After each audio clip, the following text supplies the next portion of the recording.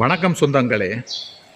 நாம் ஒவ்வொருவரும் நமது உடலில் இருக்கக்கூடிய ஒவ்வொரு உறுப்புகளை பற்றியும் ஒவ்வொரு குறைபாடுகளை பற்றியும் எந்தெந்த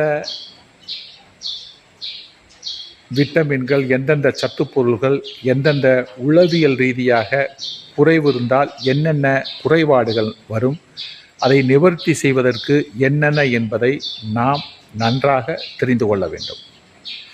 முன்பெல்லாம் நூல் நிலையங்களுக்கோ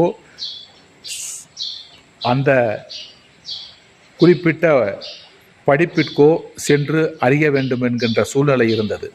ஆனால் இன்று நமது கையில் இருக்கக்கூடிய தொலைபேசியிலே சென்று நாம் தேடுகின்ற பொழுது எல்லாம் நமக்கு வந்து விடுகிறது. உதாரணத்திற்கு ஹீமோகுளோபின், கிட்னி, லிவர்,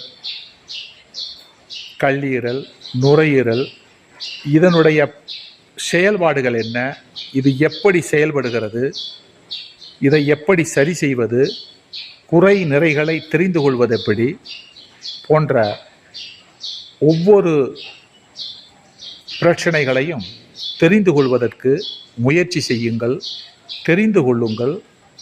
எல்லோருக்கும் இது கண்டிப்பாக அவசியமானது. நன்றி, வணக்கம்.